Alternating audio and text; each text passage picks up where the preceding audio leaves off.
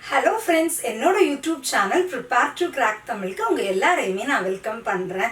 நம்ம இன்னைக்கு ஆக்சுவலாக என்ன வீடியோ பார்க்க போகிறோம் அப்படின்னா, நான் ஒரு இன்ஃபர்மேஷன் தான் நான் உங்களுக்கு இன்னைக்கு கொண்டு வந்திருக்கேன். ஓகேங்களா? என்ன இன்ஃபர்மேஷன் அப்படின்னா, காமன் எலிஜிபிலிட்டி டெஸ்ட்னு எல்லாருமே கேட்டு என்ன அப்படின்னு சொல்லிட்டு நிறைய கன்ஃபியூஷன்ஸும் இருக்கும்.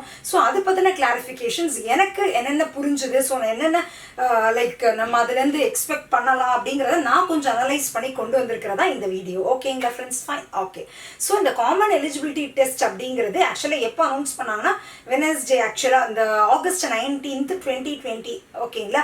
ஸோ அன்னைக்கு தான் வந்துட்டு அவங்க வந்துட்டு இதுக்கு அப்ரூவல் கொடுத்துருக்காங்க. இந்த மாதிரி காமன் எலிஜிபிலிட்டி டெஸ்ட் வந்துட்டு ஆல் இந்தியா லெவலில் சென்ட்ரல் கவர்மெண்ட் வந்து வைக்கிறாங்க. ஓகேங்களா? அதை வைக்கிறதுக்கு என்ன பண்ணுறாங்கன்னா, நேஷனல் ரெக்ரூட்மெண்ட் ஏஜென்சி அப்படிங்கிற ஒன்று கிரியேட் பண்ணுறாங்க. அது வந்து சென்ட்ரல் கவர்மெண்ட் கிரியேட் பண்ணுறாங்க. அதில் ஹெட் குவார்ட்டர்ஸ் வந்து எங்கே இருக்க போகுதுன்னா, டெல்லியில் இருக்க போதும். ஓகேங்களா ஃப்ரெண்ட்ஸ்? ஸோ அதில் ஹெட் குவார்ட்டர்ஸ் டெல்லியில் இருக்க போது இந்த காமன் எலிஜிபிலிட்டி டெஸ்ட் அப்படிங்கிறது என்ன அப்படின்னா, ஆல் ஓவர் இந்தியாவுக்கு வந்துட்டு ஒரே ஒரு டெஸ்ட் வச்சு எல்லாத்தையுமே ஸ்க்ரீன் பண்ணுறாங்க அப்படின்னா என்னன்னா, ப்ரிலிமினரி எக்ஸாமினேஷன். இப்போ நீங்கள் பேங்க் எக்ஸாம் படிச்சுட்டு இருக்கீங்க, ஒரு SSC exam, RRB railway recruitment board exam, அதுக்கெல்லாம் நீங்கள் ப்ரிப்பேர் பண்ணிட்டு இருக்கீங்க அப்படின்னா உங்களுக்கு எல்லாருக்குமே தெரிஞ்சிருக்கும் ப்ரிலிமினரி எக்ஸாம்னு ஒன்று இருக்கும். ஆர்எல்ஸ் டயர் 1 அப்படின்னு சொல்லிட்டு உங்களுக்கு எக்ஸாம்ஸ் வந்துருக்கும். அதாவது ஃபர்ஸ்ட் பேசிக் எக்ஸாம், அதில் நீங்கள் கிளியர் பண்ணாதான் அதுக்கு அடுத்த லெவல் எக்ஸாம்ஸ்க்கு நீங்கள் போக முடியும். அது மாதிரி அந்த பேசிக் லெவல் எக்ஸாமை வந்துட்டு சென்ட்ரல் கவர்மெண்ட் இந்த ஆல் இந்தியா லெவலில் ஒரே ஒரு எக்ஸாமாக வைக்கிறாங்க. இப்போதைக்கு என்ன பண்ணியிருக்காங்கன்னா, மூணு ரெக்ரூட்மெண்ட் ஏஜென்சி தான் அந்த நேஷனல் ரெக்ரூட்மெண்ட் ஏஜென்சியோட அவங்க வந்துட்டு இணைச்சிருக்காங்க. அந்த 3 ஏஜென்சி என்ன அப்படின்னா, ஐபிபிஎஸ்ங்கிறது அவங்க எல்லாருக்குமே தெரிஞ்சிருக்கும், Institute of Banking and Personnel Selection. அவங்க தான் வந்துட்டு பேங்க் எக்ஸாம்ஸ் எல்லாமே வருஷம் கண்டக்ட் பண்ணிட்டு வராங்க. ஸோ இப்போ வந்துட்டு உங்களுக்கு ஐபிபிஎஸ் ஆர்ஆர்பிக்கு ஒரு எக்ஸாம் இருக்கும், கிளர்க்குக்கு ஒரு எக்ஸாம், இது மாதிரி நிறைய டிஃப்ரெண்ட் எக்ஸாம்ஸ் இருந்துச்சுல்ல. தென் ஐபிபிஎஸ் ஆஃபீஸருக்கு ஒரு எக்ஸாம், கிளர்க்குக்கு ஒரு எக்ஸாம், ரீஜனல் ரூரல் பேங்க்குக்கு ஒரு எக்ஸாம், இந்த மாதிரிலாம் நமக்கு நிறைய டிஃப்ரெண்ட் எக்ஸாம்ஸ்லாம் இருந்துட்டு இருந்துச்சுல. இப்போ நமக்கு அது எல்லாத்துக்குமே தனித்தனி ப்ரிலிம்ஸ் எழுதிட்டு இருந்தோமா, இப்போ ஒரே ஒரு ப்ரிலிமினரி எக்ஸாம் தான். ஓகேங்களா?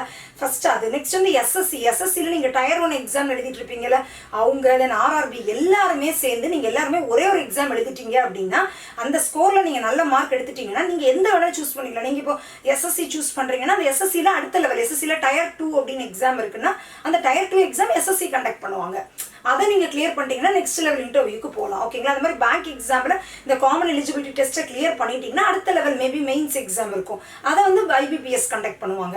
புரியுதுங்களா? ஸோ இந்த ப்ரிலிமினரி லெவல் எக்ஸாமை வந்துட்டு சென்ட்ரல் கவர்மெண்ட் கண்டக்ட் பண்ணுறாங்க. ரயில்வே ரெக்ரூட்மெண்ட் போர்டு இந்த 3க்கும் தான் இப்போதைக்கு சொல்லியிருக்காங்க.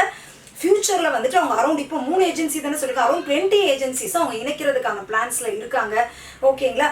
அது மட்டும் இல்லாமல் மேபி ஃபியூச்சரில் வந்துட்டு state government jobs, private sector jobs அவங்கெல்லாம் கூட இந்த காமன் எலிஜிபிலிட்டி டெஸ்ட் ஸ்கோரை யூஸ் பண்ணி அவங்க ரெக்ரூட்மெண்ட் ப்ராசஸை பண்ணிக்கலாம் அப்படிங்கிற மாதிரிலாம் கவர்மெண்ட் வந்துட்டு ஒரு கால் ஃபார் மாதிரி கொடுத்துருக்காங்க.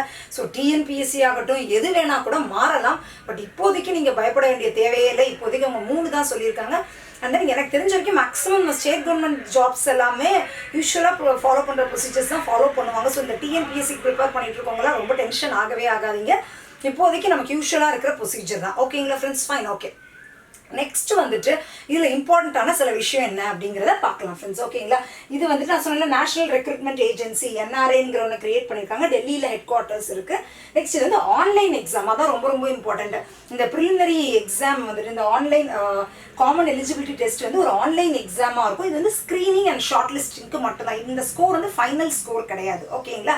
நெக்ஸ்ட் வந்து என்னதுன்னா, இந்த சென்ட்ரல் கவர்மெண்ட் ஜாப்ஸுக்கும் பப்ளிக் செக்டார் பேங்க்ஸ்க்கும் தான் இப்போதைக்கு அவங்க அந்த ஜாப்ஸ்க்கெல்லாம் தான் அவங்க வந்துட்டு இந்த ஸ்கோரை இந்த காமன் எலிஜிபிலிட்டி டெஸ்ட் வைக்கிறோங்கிற மாதிரி சொல்லியிருக்காங்க. ஓகேங்களா?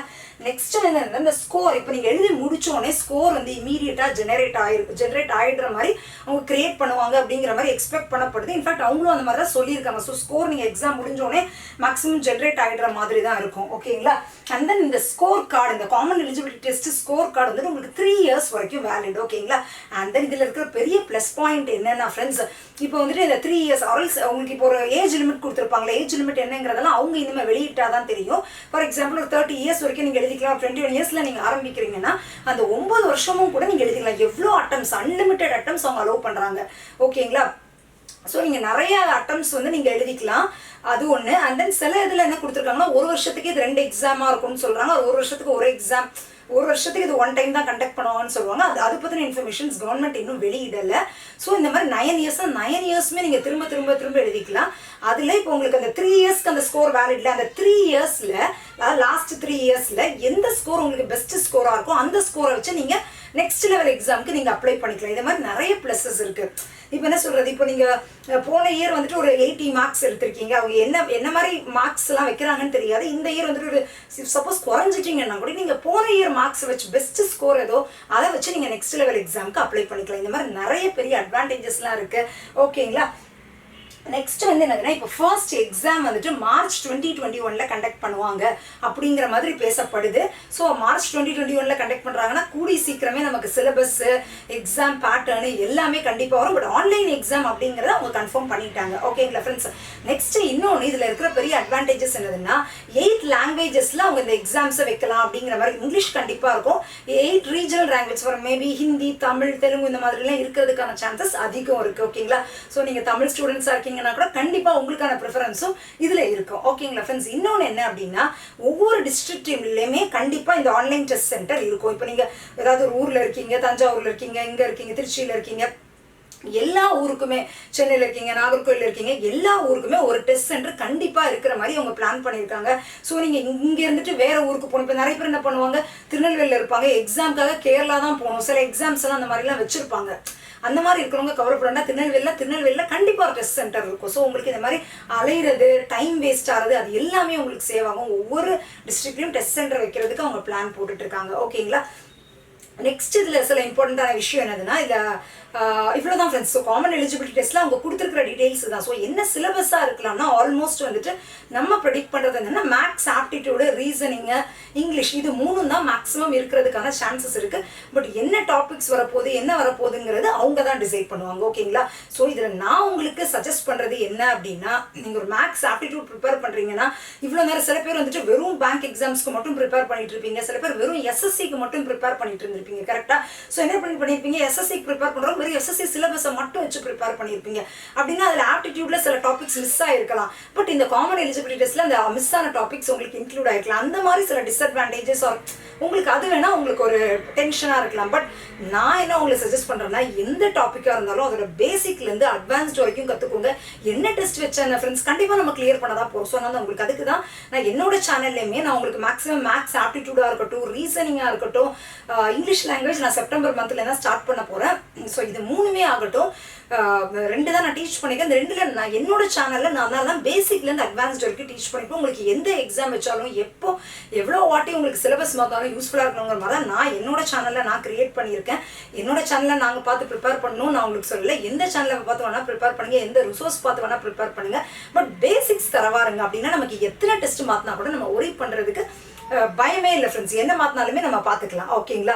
ஸோ காமன் எலிஜிபிலிட்டி டெஸ்ட்டோட சிலபஸ் வந்துச்சுனாலோ, எக்ஸாம் படம் வந்துச்சுனாலோ கண்டிப்பாக நான் என்னோட சேனலில் போடுறேன். ஸோ அதுக்கேற்றாப்புல உள்ளது எல்லாமே நானுமே உங்களுக்கு ஹெல்ப் பண்ணுறேன். ஓகேங்களா. ஸோ எதுக்குமே ஒரி பண்ணிக்காதீங்க. நமக்கு இது ரொம்ப நல்லது அப்படின்னு நினச்சிக்கலாம். ஓகேங்களா. பிரைம் மினிஸ்டர் மோடி கூட சொல்லியிருக்காங்க, இது ஒரு லைக் 2.5 crore யங்ஸ்டர்ஸ்க்கு வந்து இது ஒரு பெரிய பூனாக இருக்கும்.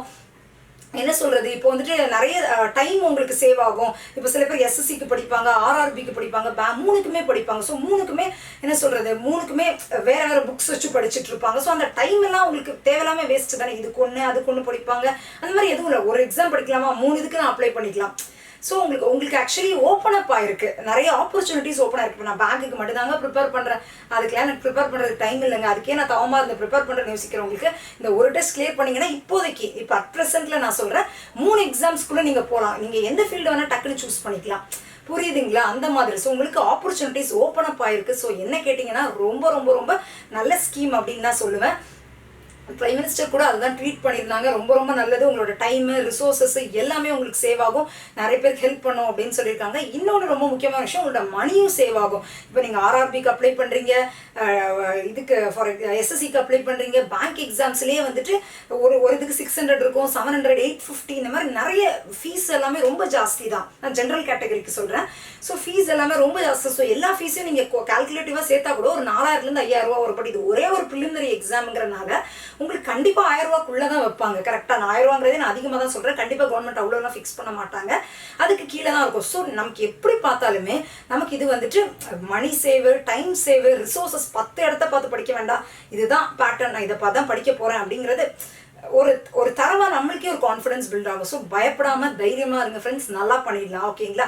ஸோ இந்த ஸ்கீமோட ஜென்ரல் அட்வான்டேஜஸ் அப்படின்னு நான் ஃபீல் பண்றது வந்து இப்போ நான் இது சொன்னதான், நம்மளோட டைம் சேவ் ஆகுது, ரிசோர்ஸஸ் சேவ் ஆகுது, மணி சேவ் ஆகுது, நமக்கு நிறைய ஆப்பர்ச்சுனிட்டிஸ் ஓப்பன் அப் ஆயிருக்கு. நான் ஒரு எக்ஸாமுக்கு மட்டும் தான் ப்ரிப்பேர் பண்றேங்கிற மாதிரி சொல்ல வேண்டாம். அட் அ டைம்ல 1 ப்ரிப்பேர் பண்ணா என்னால் 3, இப்போதைக்கு 3, ஓகேங்களா? ஸோ 3 இதுக்கு என்னால் போக முடியும். ஸோ கான்ஃபிடன்ஸ் லெவல் இன்க்ரீஸ் ஆகுது.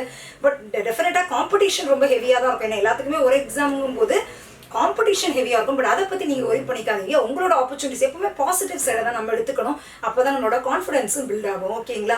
ஸோ டிஸ்அட்வான்டேஜஸ் நான் ஃபீல் பண்ணுறது என்னன்னா, இப்போ நீங்கள் தனியாக எஸ்எஸ்சிக்கு மட்டும் ப்ரிப்பேர் பண்ணிட்டு இருந்திருக்கீங்க, பேங்க் எக்ஸாம் மட்டும் ப்ரிப்பேர் பண்ணீங்கன்னா அதில் இருக்கிற சிலபஸ் தாண்டி இதில் மேபி எக்ஸ்ட்ரா இருக்கலாம்.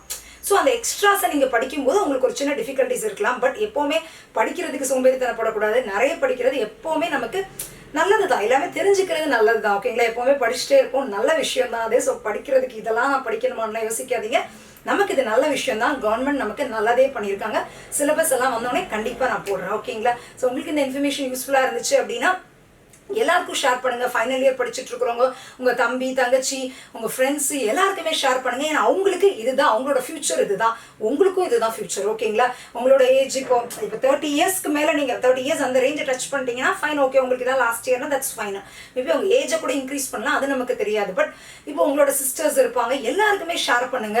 நல்ல ஆப்பர்ச்சுனிட்டி அவங்களும் தெரிஞ்சுக்கிட்டோம். ஓகேங்களா ஃப்ரெண்ட்ஸ்? ஃபைன். ஓகே, உங்களுக்கு இந்த இன்ஃபர்மேஷன் யூஸ்ஃபுல்லாக இருந்துச்சுன்னா என்னோட சேனலுக்கு சப்ஸ்கிரைப் பண்ண மறந்துடாதீங்க. பக்கத்தில் இருக்க பெல் பட்டனை கிளிக் பண்ண மறந்துடாதீங்க. அப்போ தான் நான் ஃபியூச்சரில் வீடியோஸ் போடும்போது உங்களுக்கு நோட்டிஃபிகேஷன்ஸ் வரும், நீங்கள் மிஸ் பண்ணாமல் பார்க்க முடியும். Thank you friends.